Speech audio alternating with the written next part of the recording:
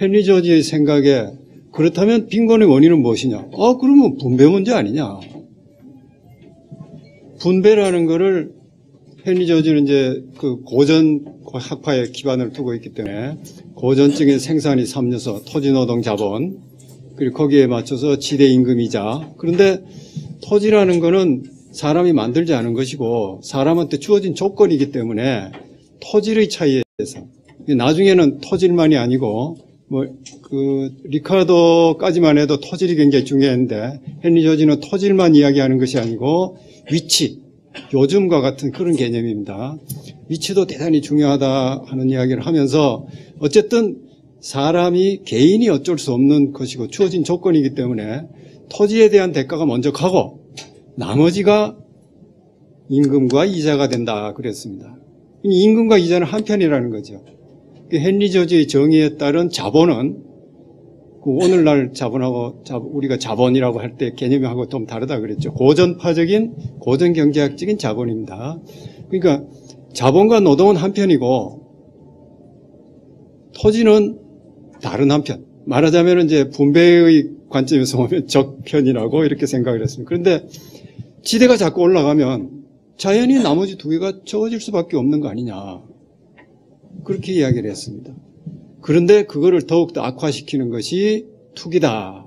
투기가 작용하면 지대가 더욱더 올라가니까 정상적인 수준 이상으로 올라가니까 노동과 자본은 대가를 적게 받을 수밖에 없고 또 그것이 결국은 생산 중단을 낳아서 불황까지도 야기한다.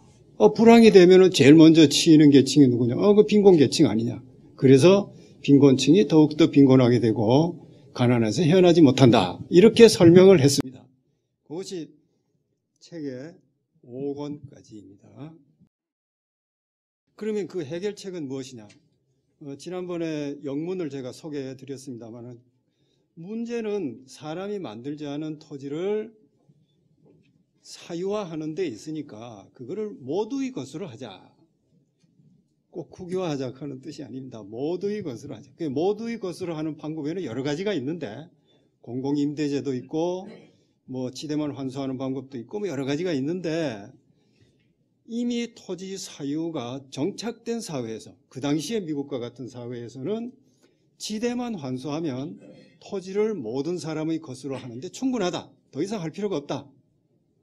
그렇게 이야기를 하고 그렇다면 지대를 몽땅 걷자. 그런데 그 당시 헨리 조지 계산으로는 지대를 거둬서 세금으로 삼으면 다른 모든 세금을 철폐해도 괜찮다고 생각을 했기 때문에 지대를 제외한, 토지에 대한 과세를 제외한 모든 조세를 없애자 해서 그 말이 나중에 시가 돼서 싱글 텍스, 단일세라는 용어가 탄생하게 됩니다. 헨리 조지는 단일세라는 용어를 그렇게 좋아한 건 아닌데 어쨌든 운동으로 그렇게 전개가 됐습니다.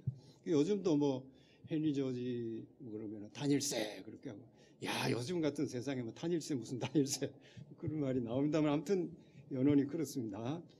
그러면 이런 해결책은 정의의 관점에서 봐서도 그렇고 경제 효율의 관점에서 봐서도 그렇고 그야말로 최적의 제안이다 하는 것을 쭉 설명을 해요. 그게 이제 6, 7, 8권입니다.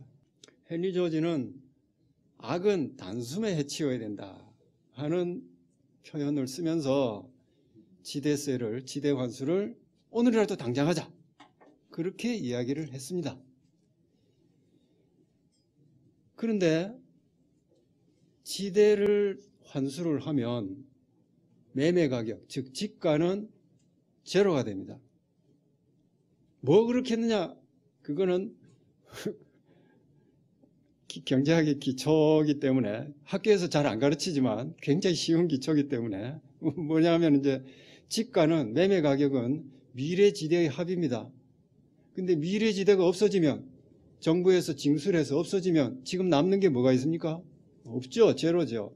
지대를 징수하면 지가가 제로가 됩니다. 진보와 빈곤에 나타나는 그 메시지가 가지고 있는 잠재력, 현재 우리 사회가 안고 있는 여러 가지 문제를 해결할 수 있는 잠재력에 대해서 간단히 언급드리겠습니다.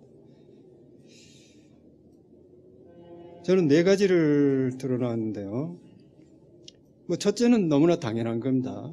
토지 불로소득으로 인한 부정의와 비효율의 문제. 그건 뭐 진보와 빈곤에서 누누이 이야기했던 것이고, 그건 뭐 당연합니다. 과거나 지금이나 그 똑같습니다. 그 문제 해결이 됩니다. 우리나라는 이것 때문에 참 지난 40, 50년간 정말로 누구 말대로 개고생을 했고, 용산 참사도 그것 때문에 그렇지 않습니까? 불로소득이 없으면, 부동산 불로소득이 없어요. 부동산이라고 하지만 건물에서는 불로소득이 안 생기거든요. 건물을 지었다 하면 자꾸 낡아지고 가치가 떨어지는데 그건 무슨 불로소득이 생깁니까? 우파의 가장 이론적인 할아버지가 누굽니까? 밀턴 프리드만, 하이에크, 그런 사람 아닙니까?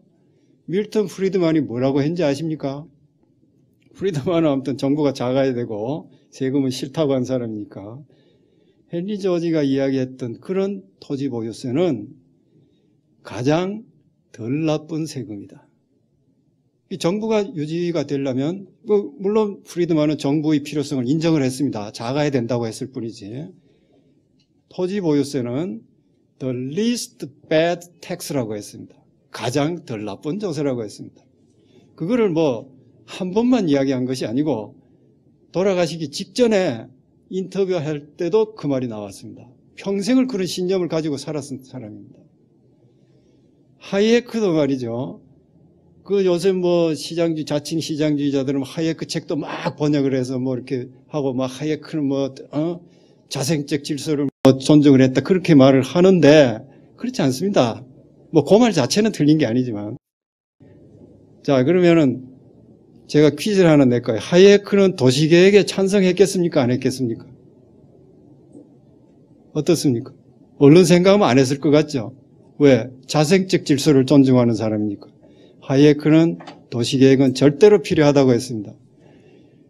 고수는 다 통합니다. 고수가 무슨 도시계획은 필요 없다든지 토지 보유세는 나쁘다든지 그런 소리 절대로 안 했단 말이죠. 그러면서 도시계획은 필요하다고 하면서 도시계획을 하면 필연적으로 그 계획으로 인해서 땅값이 올라가는 데도 있고 낮아지는 데도 있지 않습니까? 그거를 징수해야 된다고 했어요. 헨리 조지 방식이 가장 이상적이라고 했습니다. 헨리 조지 역시 제가 전 시간에도 말씀드렸듯이 시장주의자입니다. 절대로 좌파가 아닙니다. 이 사람은. 재분배를 절대로 찬성한 사람이 아닙니다.